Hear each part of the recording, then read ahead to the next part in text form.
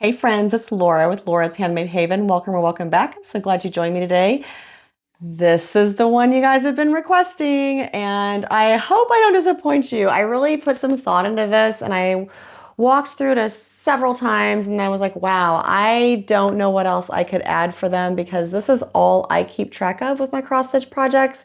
Because I do use the Thread Stash app and it keeps track of my fabric inventory and my floss inventory for me. But I do have a little binder that I keep track of my projects in.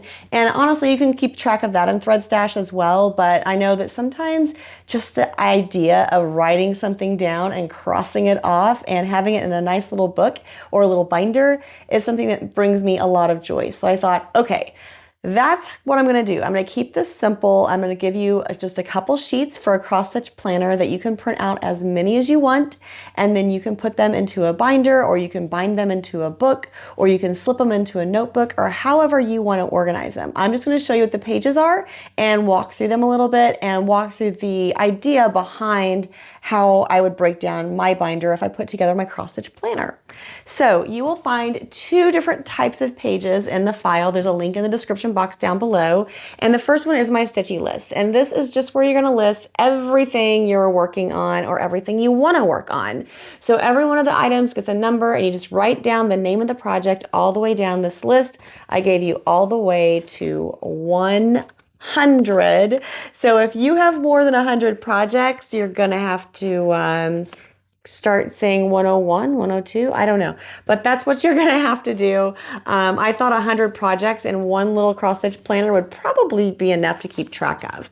And then you're going to have your individual project pages. And let's say my first project is the Pansy Patch Pumpkin House, Houses on Pumpkin Lane. So I would write that on the first line, and then on my individual project page, I would put number 1 right up there by that pound sign, hashtag, number sign, whatever you call it from your generation. It'll always be a pound sign to me.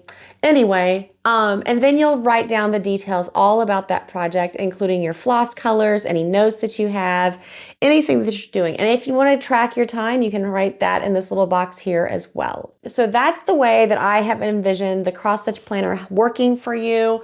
And I have also envisioned this. I've made the margins to where you're just going to print this single-sided. There's nothing on the back. Now, if you wanted to, you could totally bend these in half, but just know that the margins and everything are set up to where they would go back to back, just like this, just like, just fronts. And that way, if it's something that maybe you want to slip this in with a project bag, then you could take this page out and slip it in your project bag while you're working on the project as well. So that's kind of the thoughts behind that. And then you would have just like a little 3-ring binder or a 6-ring binder or whatever kind of binder you want. Punch your holes and put these little half sheets in there to help keep track of your cross stitch projects. So I hope that that is not a disappointment, and I hope it is going to help you out.